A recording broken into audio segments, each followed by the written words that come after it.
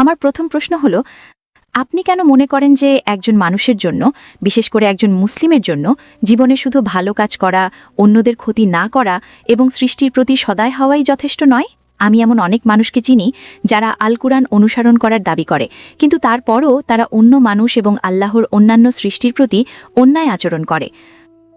আমার মনে হয় আল্লাহর সৃষ্টির প্রতি ভালো হওয়া অবশ্যই গুরুত্বপূর্ণ, কিন্তু যদি কেউ আল্লাহর প্রকৃত নির্দেশনা অনুসরণ না করে তবে বিষয়টি কিছুটা অসম্পূর্ণ থেকে যায়। আরেকটি প্রশ্ন হল, আপনি কেন মনে করেন যে আমাদের মুসলিমদের জন্য কেবল অন্তরে ঈশ্বরে বিশ্বাস রাখা যথেষ্ট নয়? আমরা তো নিজেদের মধ্যে ঈশ্বরের প্রশংসা করতে পারি, তার প্রতি কৃতজ্ঞতা প্রকাশ করতে পারি, তাহলে আমরা নিজেদের মতো করে প্রার্থনা করতে পারি না কেন? কেন প্রার্থনা অবশ্যই সালাতের নির্ধারিত রূপেই হতে হবে? কেন আমাদের রোজা রাখা উচিত? কিন্তু আমি যা বুঝতে পারি না তা হলো, কেন এগুলো আমাদের জীবনে নিয়মিতভাবে পালন করতে হবে? যেমন যদি আমরা জীবনে একবার রোজা রাখি বা জীবদ্দশায় একবার পালন করি, তাহলে কি সেটি যথেষ্ট নয়? ঘটনাটা যদি এরকমই হতো যে একবার নামাজ পড়লে বা একবার রোজা রাখলে আর জীবনে রোজা রাখা যাবে না, তাহলে অনেক মুসলমানও খুশি হতো। কিন্তু এই খুশি বা এই ধরনের ইবাদত বন্দেগী দিয়ে, অর্থাৎ একবার রোজা রাখবো এবং এরপরে আর কোনোদিন রোজা রাখবো না, তাহলে আমরা রোজার বিনিময়ে যে জান্নাত চাই সেই জান্নাতটাকে এত তুচ্ছতা ছিল। তো ডাক্তার জাকির নায়েককে এবার যে প্রশ্নটা করেছিল, তিনি একটি চাইনিজ মেয়ে এবং তিনি তার প্রশ্নের যে গভীরতা আসলে তৈরি করেছে, এটা আসলে আমি মনে করি আপনারও জানা উচিত। এখানে কয়েকটি প্রশ্ন তিনি করেছেন, নামাজ, রোজা, ইবাদত এবং মুসলমানরা কেন আল্লাহ তাআলার জন্য সবসময় ভালো কাজই করবে, এই ধরনের প্রশ্ন, কেন মাঝে মাঝে খারাপ কাজ করবে না। তো এই ধরনের প্রশ্ন আসলে অনেক বিধর্মীদের মনেও আসে এবং অনেক মুসলমানদের মনেও আসে যে যারা আসলে তাহলে পাপ কাজ করে ফেলে এবং মুসলমান, তাদের কি হবে? ডক্টর জাকির নায়েক এই প্রশ্নের উত্তর এত সুন্দরভাবে তিনি দিয়েছেন। চলুন দর্শক, প্রশ্নটা একটু শুরু থেকে শুনি, সম্পূর্ণ আকারে প্রশ্ন এবং উত্তরটা আমরা গুরুত্ব সহকারে একটু শুনে আসি, তাহলে আজকের এই ভিডিওটা আপনার অনেক উপকারে আসবে। চলুন ডক্টর জাকির নায়েকের শুরু থেকে শেষ পর্যন্ত সেই প্রশ্ন উত্তর পর্বটি একটু দেখে আসি। আমার নাম ফাইরুজ হাসনা কারিমা এবং আমি কিয়ংহি বিশ্ববিদ্যালয়ের একজন ছাত্রী। আসলে আমি আপনাকে কিছু প্রশ্ন করতে চাই। এগুলো যদি আপনার কাছে ভিন্ন ধর্মী বা অপ্রচলিত মনে হয় সেজন্য আমি দুঃখিত, কারণ আমি কেবল বিষয়গুলো নিয়ে ভাবছি। আমার প্রথম প্রশ্ন হল, আপনি কেন মনে করেন যে একজন মানুষের জন্য, বিশেষ করে একজন মুসলিমের জন্য, জীবনে শুধু ভালো কাজ করা, অন্যদের ক্ষতি না করা এবং সৃষ্টির প্রতি সদয় হওয়াই যথেষ্ট নয়? আমি এমন অনেক মানুষকে চিনি যারা আল কুরআন অনুসরণ করার দাবি করে, কিন্তু তারপরও তারা অন্য মানুষ এবং আল্লাহর অন্যান্য সৃষ্টির প্রতি অন্যায় আচরণ করে। আমার মনে হয় আল্লাহর সৃষ্টির প্রতি ভালো হওয়া অবশ্যই গুরুত্বপূর্ণ, কিন্তু যদি কেউ আল্লাহর প্রকৃত নির্দেশনা অনুসরণ না করে তবে বিষয়টি কিছুটা অসম্পূর্ণ থেকে যায়। আরেকটি প্রশ্ন হল, আপনি কেন মনে করেন যে আমাদের মুসলিমদের জন্য কেবল অন্তরে ঈশ্বরে বিশ্বাস রাখা যথেষ্ট নয়? আমরা তো নিজেদের মধ্যে ঈশ্বরের প্রশংসা করতে পারি, তার প্রতি কৃতজ্ঞতা প্রকাশ করতে পারি, তাহলে আমরা নিজেদের মতো করে প্রার্থনা করতে পারি না কেন? কেন প্রার্থনা অবশ্যই সালাতের নির্ধারিত রূপেই হতে হবে? বোন দুটো প্রশ্ন করে ফেলেছেন। প্রথম প্রশ্ন হলো, কেন কিছু মুসলিম খারাপ কাজ করে? কেন আপনারা শুধু ভালো কাজ করতে পারেন না এবং খারাপ কাজ না করে থাকতে পারেন না? এটাই প্রথম প্রশ্ন। এবং এটা কি আবশ্যক যে যখন আমরা প্রার্থনা করি তখন আমাদের একটা নির্দিষ্ট নিয়মে প্রার্থনা করতে হবে? কেন আমরা আমাদের পছন্দ মতো প্রার্থনা করতে পারি না? এটাই প্রশ্ন। প্রথম প্রশ্নের ব্যাপারে, কেন অনেকে যারা বলে যে তারা মুসলিম তারপরও খারাপ কাজ করে? বোন, কোরআন আপনাকে এমন একটা কথাও বলে না যা খারাপ। আপনি কোরআনের একটা আয়াত দেখান আমাকে যা মানবতার বিরুদ্ধে। এমন একটা শিক্ষা নেই ইসলামে। কোরআন বা সহিহ হাদিসে এমন একটা শিক্ষাও নেই যা মানবতার বিরুদ্ধে। এমন কিছু মুসলিম থাকতে পারে যারা কোরআন অনুসরণ করছে না এবং ভুল কাজ করছে। যেমন ধরুন, কোরআন বলে প্রতারণা করো না, এমন অনেক মুসলিম আছে যারা প্রতারণা করছে। কোরআন বলে প্রতিবেশীদের কষ্ট দিও না, প্রতিবেশীদের সাহায্য করো, তারা প্রতিবেশীদের কষ্ট দিচ্ছে। তো বোন, এই হলো খারাপ উদাহরণ। এটা সেই একই উত্তর যা আমি আগে দিয়েছিলাম, যে অনুসারীদের দেখে ইসলামকে বিচার করবেন না। যেমন ধরুন, একটা স্কুলে, খুব বিখ্যাত একটা স্কুলে, কিছু ছাত্র ক্লাসে প্রথম হয়, কেউ সেকেন্ড ক্লাস পায়, কেউ থার্ড ক্লাস পায়, কেউ ফেল করে। আপনি কি এর জন্য স্কুলকে দোষ দিতে পারেন? না। কিছু ছাত্রকে তো ক্লাসে প্রথম হতে হবে, কাউকে তো ফেল করতে হবে, তো এটা আবশ্যক।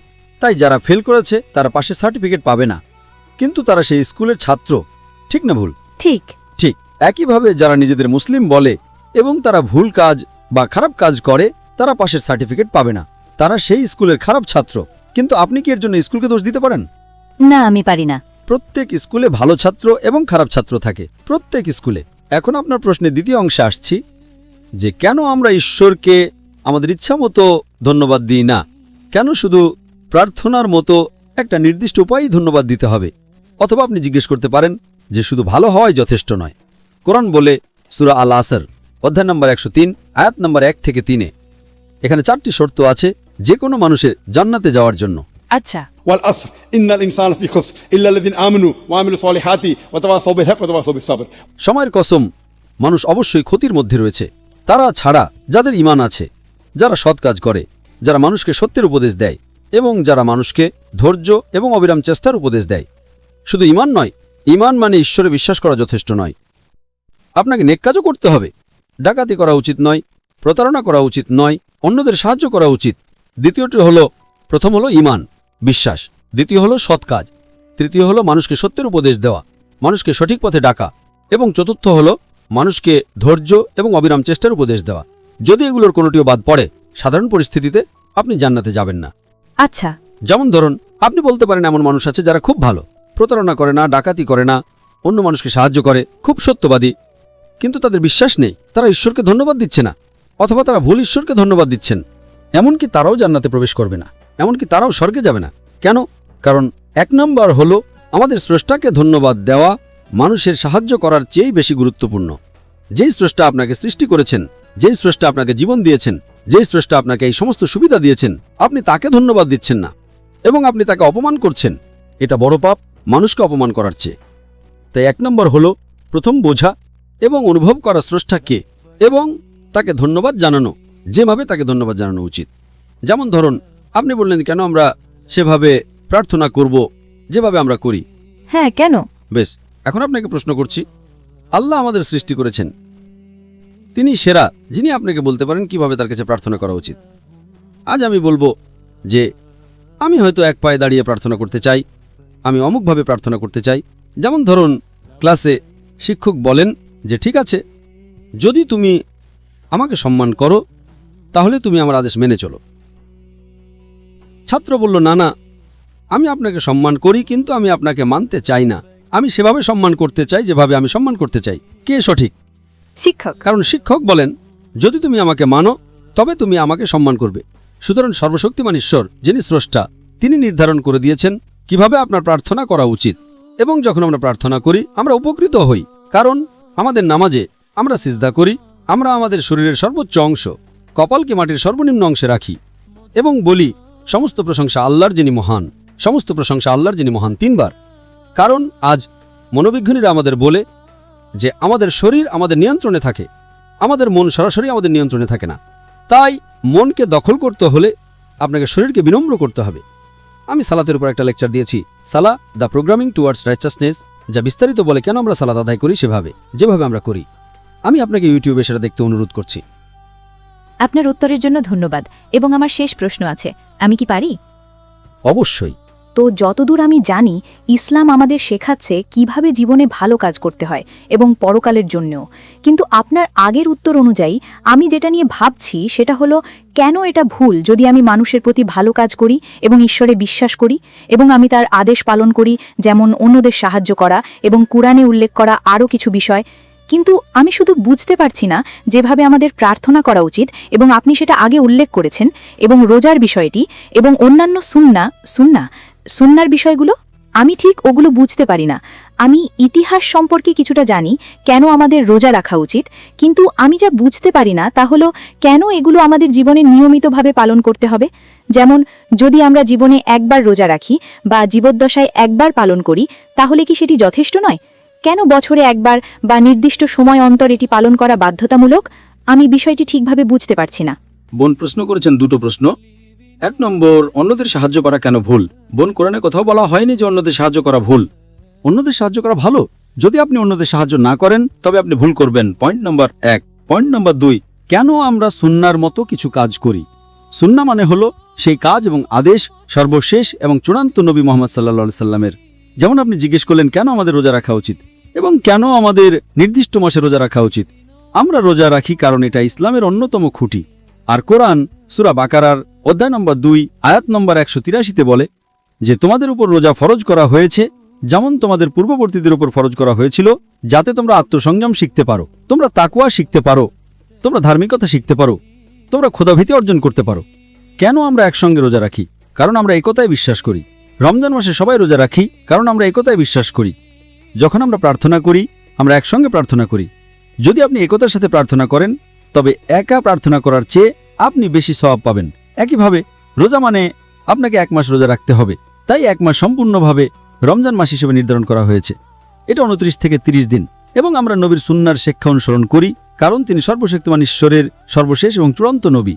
বোন, আমি আপনাকে জিজ্ঞেস করছি, আপনি কি বিশ্বাস করেন একজন ঈশ্বর আছেন? হ্যাঁ, আমি ঈশ্বরে বিশ্বাস করি। আপনি কি বিশ্বাস করেন নবী মুহাম্মদ সাল্লাল্লাহু আলাইহি সাল্লাম ঈশ্বরের নবী? হ্যাঁ, আমি ওটাতেও বিশ্বাস করি। তাহলে এর মানে আপনি একজন মুসলিম। হ্যাঁ, আমি জানি। ঠিক আছে। ধন্যবাদ। বোন, আপনি কি শাহাদা আরবিতে বলতে চান? কারণ একজন মুসলিম হতে হলে অন্তত 2টা জিনিস থাকা দরকার। তা হলো বিশ্বাস করা যে ঈশ্বর এক, হ্যাঁ, বিশ্বাস করা যে নবী মুহাম্মদ সাল্লাল্লাহু আলাইহি সাল্লাম ঈশ্বরের নবী। বাকি সবকিছু পরে আসে। তাই যদি আপনি এই 2টো জিনিসে বিশ্বাস করেন, আপনি কি শাহাদা আরবিতে বলতে চান? আমার মতে আপনি একজন মুসলিম। হ্যাঁ, আমি একজন মুসলিম। ও, আপনি মুসলিম? হ্যাঁ, আমি একজন মুসলিম। আসলে আমার বাবা মাও মুসলিম এবং পুরো পরিবারও মুসলিম, কিন্তু আমি নিজেকে শুধু এটাই প্রশ্ন করছি যে এটা কি, এটা কিসের জন্য বা এরকম কেন। তাহলে এখন কি বিষয়টা পরিষ্কার হয়েছে? হ্যাঁ। তাহলে এখন বুঝতে পারছেন এগুলো সঠিক শিক্ষা? আমি মনে করি অল্প কিছু। ভালো বোন, আমি আল্লাহর কাছে দোয়া করি তিনি আপনাকে আরো সঠিক পথ এবং আরো হেদায়েত দেন ইনশাআল্লাহ। তাতে কি সমস্যা আছে যদি আমি আমার মতামত দিই? কিসের? একটা বিষয়। আচ্ছা। তাহলে আপনি বললেন জান্নাতে যাওয়ার জন্য মানুষের 4টি গুণ থাকতে হয়, ঠিক তো? হ্যাঁ। যেমন ঈশ্বরে বিশ্বাস করা এবং আরেকটি কি আমি ভুলে গেছি? সৎকর্ম। হ্যাঁ, সৎকর্ম। মানুষকে সত্যের পথে ডাকা এবং মানুষকে ধৈর্য এবং পরিশ্রমের পথে ডাকা।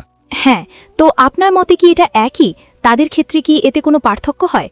যারা অন্য মানুষের উপকার করে কিন্তু সালাত আদায় করে না এবং প্রার্থনা করে না কিন্তু ঈশ্বরে বিশ্বাস করে, এবং যারা সালাত আদায় করে এবং মানুষের উপকারও করে তবে মাঝে মাঝে তারা মানুষের প্রতি ভেদাভেদ করে এবং অন্য মানুষ সম্পর্কে খারাপ কথা বলে, যদিও তারা সালাত আদায় করে এবং ঈশ্বরে বিশ্বাস করে, তো তাদের উভয়। আপনি মূলত আমাকে একটা প্রশ্ন করছেন যে একজন ব্যক্তি যে সালাত আদায় করে এবং কিছু খারাপ কাজ করে সে কি ভালো, নাকি যে ব্যক্তি ভালো কাজ করে এবং সালাত আদায় করে না? ঠিক? হ্যাঁ, কিন্তু না, ঠিক আছে। সমস্ত কাজের মধ্যে প্রথম যে কাজটির বিষয়ে সর্বশক্তিমান ঈশ্বর আপনাকে প্রশ্নটা করবেন তা হলো আপনার নামাজ। প্রথম প্রশ্নটি কিয়ামতের দিন ঈশ্বর করবেন। সালাত ইসলামের 2য় স্তম্ভ, আর সালাত আদায় না করা ইসলামের 4র্থ কবিরা গুনাহ। প্রথম কবিরা গুনাহ হলো শিরক, ঈশ্বরের সাথে শরীক করা। 2 নম্বর হলো কোনো নিরপরাধ মানুষকে হত্যা করা। 3য় হলো কালো জাদু এবং 4র্থ হলো সালাত আদায় না করা। আমাদের প্রিয় নবী বলেছেন, এটা সহিহ মুসলিমে উল্লেখ আছে, ঈমান আর কুফরির মধ্যে পার্থক্য হলো সালাত আদায় না করা। সুতরাং দুজনের মধ্যে যে ব্যক্তি সালাত আদায় করে এবং হয়তো মিথ্যা বলার মতো কিছু খারাপ কাজ করে তার তুলনায় যে সত্যবাদী এবং সালাত আদায় করে না, যে ব্যক্তি সালাত আদায় করে এবং মিথ্যা বলে সে ছোট পাপ করছে, তার থেকে ভালো যে মিথ্যা বলে না এবং সালাত আদায় করে না। ঠিক আছে। মানে দুজনের মধ্যে নামাজ পড়ে কিন্তু মিথ্যা বলা লোকটা বেশি ভালো, অনেক ভালো মুসলিম সেই ব্যক্তির চেয়ে যে সত্য কথা বলে এবং সালাত আদায় করে না। কারণ আপনি যদি সালাত আদায় না করেন আপনি ঈশ্বরকে ধন্যবাদ দিচ্ছেন না, সেটা অনেক বড় প্রয়োজনীয়তা। ঈশ্বরকে ধন্যবাদ দেওয়া অনেক বেশি গুরুত্বপূর্ণ। সালাত আদায় না করা 4র্থ কবিরা গুনাহ, মিথ্যা বলা ছোট পাপ। সুতরাং দুজনের মধ্যে যে ব্যক্তি সালাত আদায় করে এবং মিথ্যা বলে সে অনেক শ্রেষ্ঠ মানুষ এবং অনেক শ্রেষ্ঠ মুসলিম সেই ব্যক্তির চেয়ে যে মিথ্যা বলে এবং সালাত আদায় করে না। তবে সেরা হলো সালাত আদায় করা এবং মিথ্যা না বলা। কোরআন সূরা আনকাবুত অধ্যায় নম্বর 29 আয়াত নম্বর 45 বলেছে, নিশ্চয়ই সালাত তোমাকে অশ্লীল ও অন্যায় কাজ থেকে বিরত রাখবে। তাই যদি আপনার সালাত সঠিক হয় ইনশাআল্লাহ আপনি মিথ্যা বলবেন না, আপনি ভালো কাজ করবেন এবং আপনি একজন ভালো মুসলিম হবেন। আশা করি প্রশ্নের উত্তর পেয়েছেন। জি, আপনার উত্তরগুলোর জন্য আপনাকে অনেক ধন্যবাদ। ডাক্তার জাকির নায়েক এখানে যেই শুধুমাত্র তিনি যে মুসলমানদের পক্ষ নিয়েই কথা বলছেন বিষয়টা এরকম না, তিনি অনেক ধরনের গ্রন্থ থেকে উদ্ধৃতি দিয়েছেন। এই মানুষ যিনি প্রশ্ন করেছিলেন, প্রশ্নকারী যেই ধর্মের, তার ধর্মের যে সমস্ত তথ্যগুলো রয়েছে সেগুলো দিয়ে উত্তর দিয়েছে, অর্থাৎ তার যাতে বুঝতে সুবিধা হয়। একটা মানুষ মুসলমান না, তাকে যদি কোরআন শরীফ দিয়ে বোঝানো হয় তাহলে তো সে বুঝবে না, কারণ সে তো কোরআন শরীফই মানে না। তো তাকে সে যেটাকে বিশ্বাস করে সেই বিশ্বাসের যে গ্রন্থ আছে বা তার ধর্মের যে গ্রন্থ আছে সেটা দিয়ে যদি বোঝানো যায় তাহলে কিন্তু সে খুব সুন্দরভাবে বুঝে। আর ডাক্তার জাকির নায়েককে আল্লাহ তাআলা সেই মেধাই দিয়েছেন, সেই মেধা দিয়েই তিনি কিন্তু সেটা মানুষকে বোঝানোর চেষ্টা করে এবং মানুষ কিন্তু সেটা বুঝতে পারে। তো ডাক্তার জাকির নায়েকের এই উত্তরগুলো আপনার কাছে আসলে কেমন লাগে? ডাক্তার জাকির নায়েকের পার্সোনালিটি এবং তার কথা বলার স্টাইল, তার উদ্ধৃতি বা তার যে এই সমস্ত এভিডেন্স দেওয়ার যে স্টাইল, এগুলো আপনার কাছে কেমন লাগে কমেন্ট অপশনে জানাবেন। আর তার ভিডিওটি যদি আপনার কাছে ভালো লাগে লাইক দিয়ে দিবেন। পরবর্তী ভিডিও দেখার জন্য অবশ্যই চ্যানেলটি সাবস্ক্রাইব করবেন। ভালো থাকবেন সবাই। আসসালামু আলাইকুম ওয়া রাহমাতুল্লাহ।